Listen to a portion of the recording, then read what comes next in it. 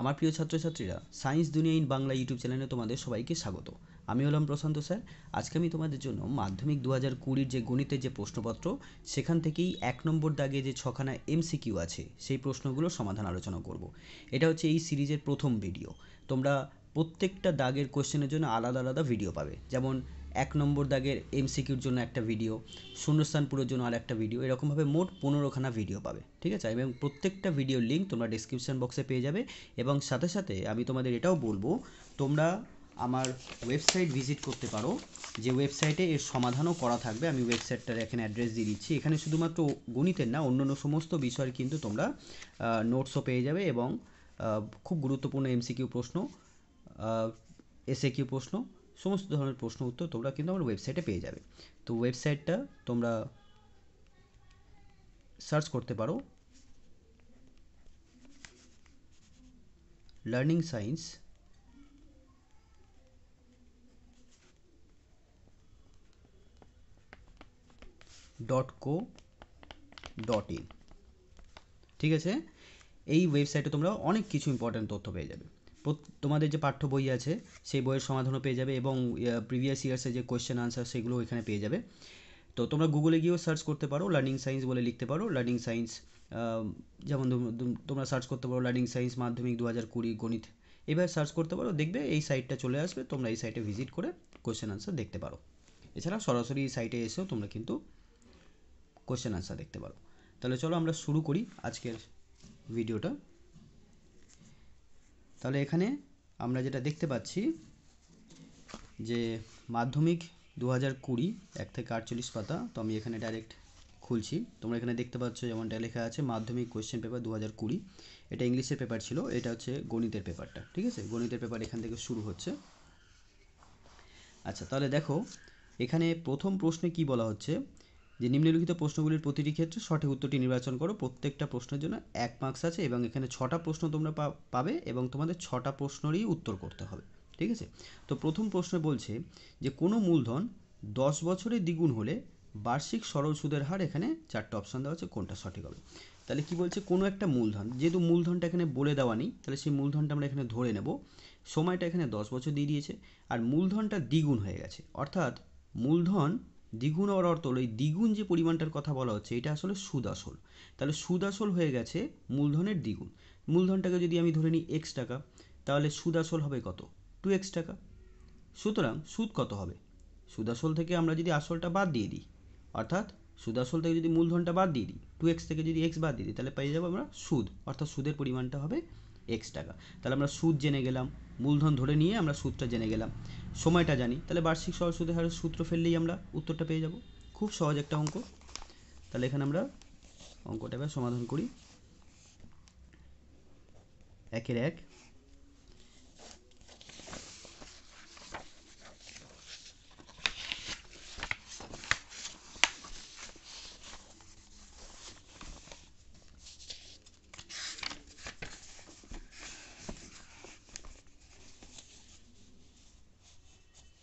তাহলে ধরি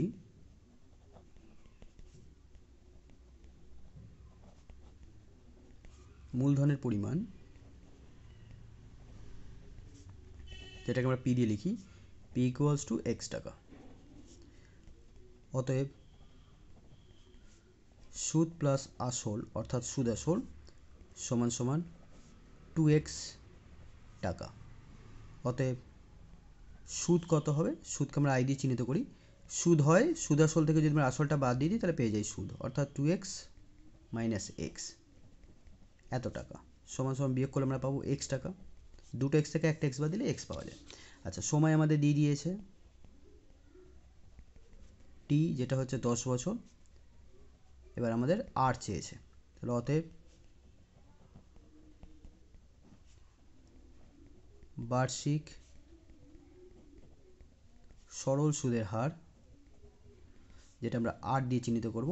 আর এর সূত্র কি? আর এর সূত্র হচ্ছে i into 100 divided by P into T. ব্যাস, এখন এই সূত্রে আমরা মানটা বসিয়ে দিই, আমাদের উত্তর পেয়ে যাব। i হচ্ছে এক্স, পি হচ্ছে এক্স, আর টি হচ্ছে 10 বছর। এক্স এক্স কেটে গেল, 10 আর এখানে 100 কাটলে 10, অর্থাৎ আর এর মান আমরা পেয়ে গেলাম 10%। তাহলে এখানে সঠিক উত্তর আমরা দেখতে পাচ্ছি এখানে বি অপশানটাতে 10% আছে, তাহলে এখানে সঠিক উত্তর হবে বি। এবার আমরা পরের প্রশ্ন যাব। 2 নম্বর বলছে কি x² - 7x + 3 = 0 সমীকরণের বীজদ্বয়ের গুণফল। এটা একটা দ্বিঘাত সমীকরণ। দ্বিঘাত সমীকরণের বীজদ্বয়ের গুণফলের একটা সূত্র আছে, আমি সূত্রটা এখানে লিখছি, তোমরা বুঝতেই পারবে। আচ্ছা, তাহলে ধরো আমাদের কাছে কোনো একটা যদি সমীকরণ থাকে ax² + bx + c = 0। এখানে আমরা জানি a কে আমরা বলছি x² এর সহগ, b কে বলছি x এর সহগ এবং c কে বলছি x বর্জিত পদ বা ধ্রুবক পদ। তো এখানে বীজদ্বয়ের গুণফল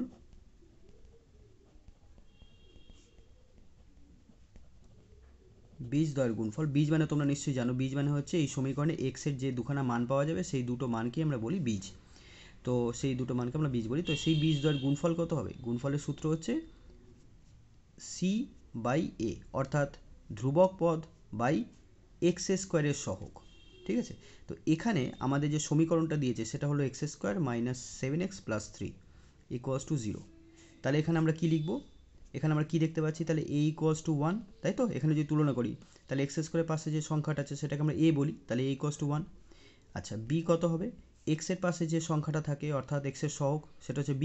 এখানে x এর সহগ আমরা দেখতে পাচ্ছি -7। যদি মাইনাস থাকে তাহলে অবশ্যই চিহ্নটা লিখতে হবে, যদি প্লাস থাকে তাহলে না লিখলেও চলবে। আচ্ছা, এবার x বর্জিত পদ বা ধ্রুবক পদটা এখানে কি 3। তাহলে এখন আমরা কি লিখব? বীজদ্বয়ের গুণফল কত হবে?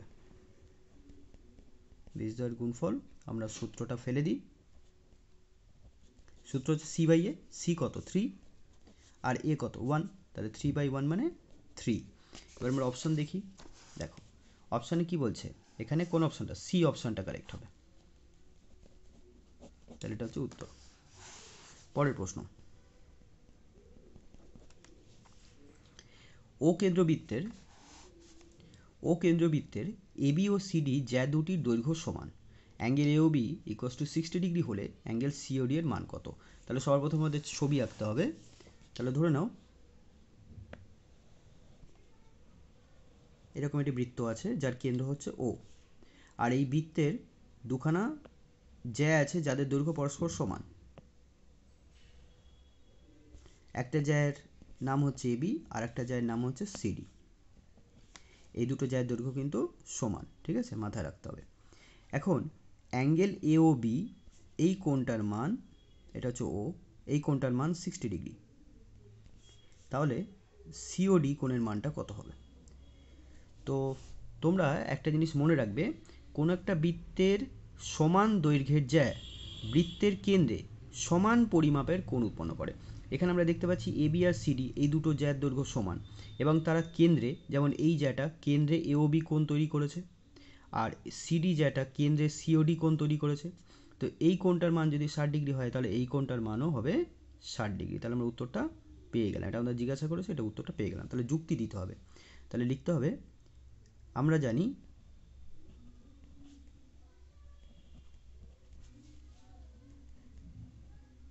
কোনো বৃত্তের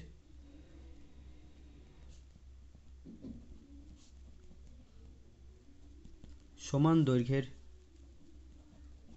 দুটি জ্যা বৃত্তটির কেন্দ্রে সমান কোণ উৎপন্ন করে, সমান পরিমাপের কোণ উৎপন্ন করে।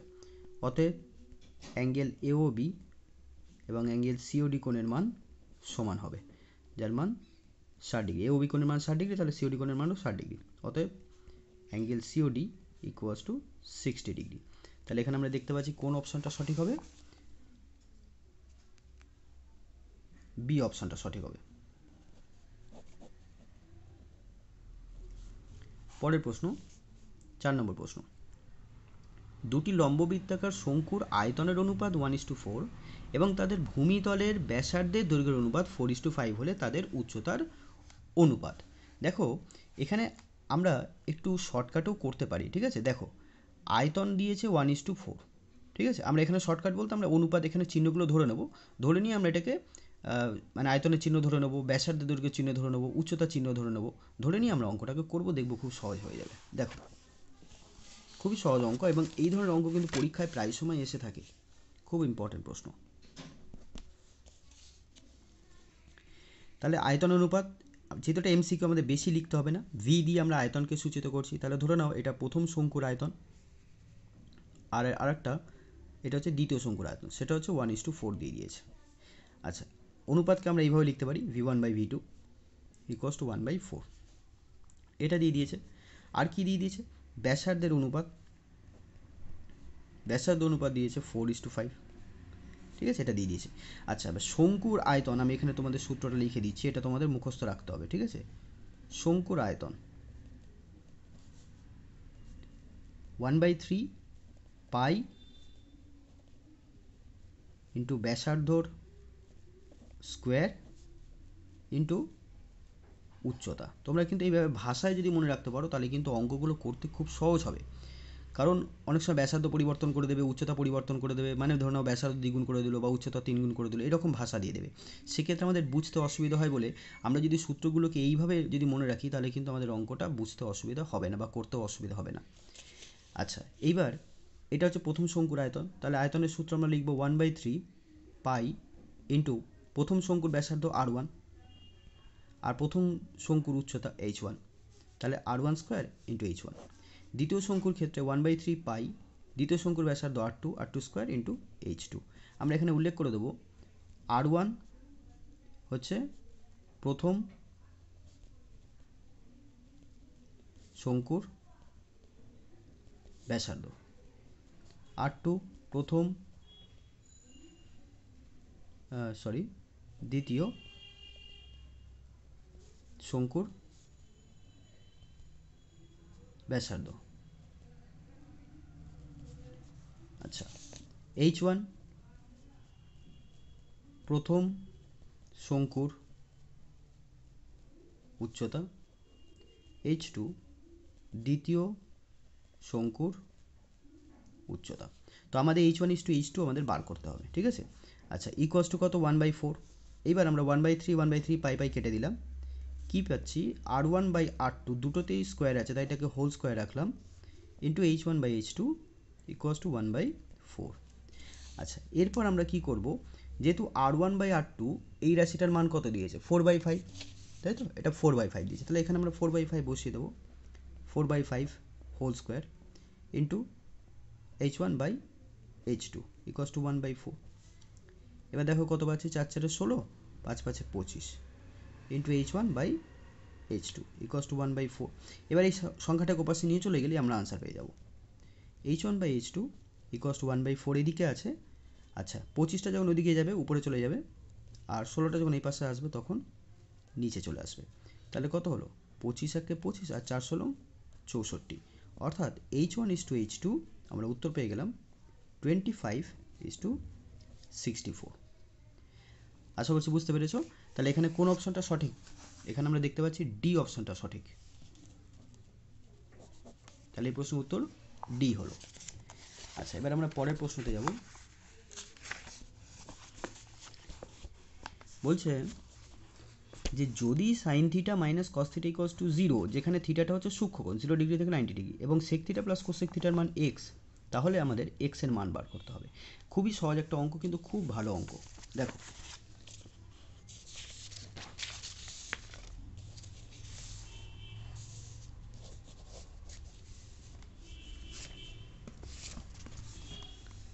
পাঁচ নম্বর অঙ্ক। এখানে যেটা বলে দিয়েছে সেটা হচ্ছে sine theta minus cos theta equals two 0। আচ্ছা, এবার আমি যদি কস থিটাটাকে ওপাশে নিয়ে চলে যাই তাহলে ধনাত্মক হয়ে যাবে, অর্থাৎ মাইনাসটা পজিটিভ হয়ে যাবে। এবার তোমরা ভেবে দেখো তো থিটার কোন মানের জন্য সাইন থিটা আর কস থিটার মান সমান হয়? তোমরা নিশ্চয়ই পড়েছো টেবিল, যেখানে 30 ডিগ্রি, 0 ডিগ্রি, 60 ডিগ্রি, 45 ডিগ্রি, 90 ডিগ্রির মান দেওয়া থাকে। সেক্ষেত্রে তোমরা মনে করার চেষ্টা করো সাইন থিটার কস থিটার মান কোন অ্যাঙ্গেলের জন্য বা কোণের জন্য সমান হয়। তোমরা নিশ্চয়ই জানো সেটা হচ্ছে 45 ডিগ্রি। 45-এ সাইনের মান 1/√2 হয় আর কসের মান 1/√2 হয়, অর্থাৎ থিটার মান যখন 45 হবে তখনই সাইন আর কসের মানটা সমান হয়। তাহলে এখানে দেখতে পাচ্ছি সাইন থিটার কস থিটার মান সমান, এর অর্থই হলো থিটা ইকুয়ালস টু কত 45 ডিগ্রি। আশা করছি বুঝতে পেরেছো, কারণ sine theta equals to cos theta equals to sine 45 equals to cos 45, যার মানটা হয় 1/√2। আচ্ছা, থিটার মানটা 45 ডিগ্রি পেয়ে গেলাম। এবার আরও কী দিয়েছে, আরও দিয়েছে এক্সের মানটা সেক থিটা প্লাস কোসেক থিটার সমান। আচ্ছা, এক্সের মানটা বার করতে হবে আমাদের, তো এখানে আমরা থিটার মানটা বসিয়ে দিই। তাহলে সেক 45 ডিগ্রি প্লাস কোসেক 45 ডিগ্রি, খুব সহজ একটি অঙ্ক। সেক 45 ডিগ্রির মান আমরা জানি √2, আর 45 ডিগ্রিতে কোসেকের মান আর সেকের মান দুটোই সমান হয়, তাহলে এটাও √2, তাহলে কত হলো 2√2। এবার আমরা অপশান দেখব, তোমরা দেখতে পাচ্ছ ডি অপশানে আছে 2√2, তাহলে ডি অপশানটা এখানে সঠিক হবে।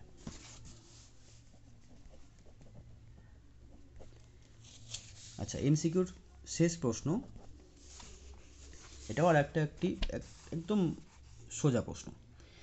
132 810 83 288 এর সংখ্যাগুরু মান। আচ্ছা, সংখ্যাগুরু মান কী করে বার করতে হয়? সংখ্যাগুরু মান বার করতে গেলে আগে আমাদের তথ্যটাকে সাজাতে হয়, মানে সাজাতে বলতে ছোট থেকে বড় অথবা বড় থেকে ছোট সাজাতে হবে। আমরা অনেক সময় না সাজিয়েও অঙ্কটা করতে পারবো, ঠিক আছে, তবে সাজিয়ে করলে ভালো হয়। তাহলে দেখো, এখানে সবথেকে ছোটো সংখ্যা দেখতে পাচ্ছি 1, আর 1 একবার আছে, ঠিক আছে। আমি এটাকে প্রথমে তোমাদের বলে দিই মুখে মুখে কত উত্তর হবে। 2 কবার আছে, একবার আছে, দুবার আছে। 3 কবার আছে, একবার আছে, দুবার আছে। 4 নেই, 5 নেই, 6 নেই, 7 নেই, 8 আছে একবার, দুবার, তিনবার, চারবার, আর 10 আছে একবার। তো দেখতে পাচ্ছি 8 আছে সব থেকে বেশি বার, 4 বার আছে, সুতরাং এখানে সংখ্যাগুরু মান হবে 8। যে তথ্যটা সব থেকে বেশি বার থাকবে সেটাই হবে সংখ্যাগুরু মান। তাহলে এক্ষেত্রে আমরা সবার প্রথমে সাজিয়ে নেব 1, ঠিক আছে, তারপরে 2 আছে দুবার, তারপর আমরা 3 লিখব দুবার, ঠিক আছে, 3 লিখব দুবার, দেখে নাও 3 দুবার। আচ্ছা, 8 আছে একবার, দুবার, তিনবার, চারবার, আর তারপর 10।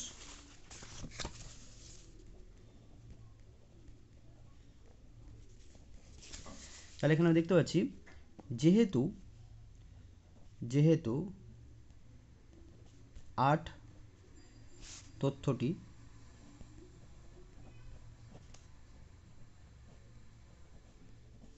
সব থেকে বেশি সংখ্যক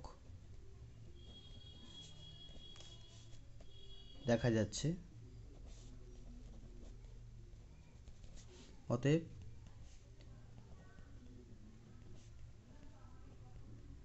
সংখ্যাগুরু মান হবে 8। তাহলে এখানে সি অপশানটা সঠিক হবে, ঠিক আছে, সি অপশানটা সঠিক হবে। এবার আমি তোমাদের আরেকটু বলে দিই, ধরো এখানে যদি 2ও 4 বার থাকতো, 8ও 4 বার থাকতো, তাহলে তখন সংখ্যাগুরু মান 2 এবং 8 দুটোকেই তোমাদের লিখতে হতো, ঠিক আছে। তাহলে ভিডিওটা তোমাদের কেমন লাগলো অবশ্যই কমেন্ট বক্সে আমাকে জানাতে পারো। ভিডিওতে লাইক করো যদি ভালো লাগে, আর যদি মনে হয় তোমরা নতুন কিছু শিখেছো বা শিখছো এখনও, ঠিক আছে, এই ভিডিও দেখে তোমরা কিছু নতুন শিখতে পেরেছো, তাহলে অবশ্যই বন্ধুদের সাথে ভিডিওটা শেয়ারও করো, তাহলে তারাও শিখতে পারবে। আর যারা এই চ্যানেলটা সাবস্ক্রাইব করেনি তারা চ্যানেলটা সাবস্ক্রাইব করে নিও। ধন্যবাদ।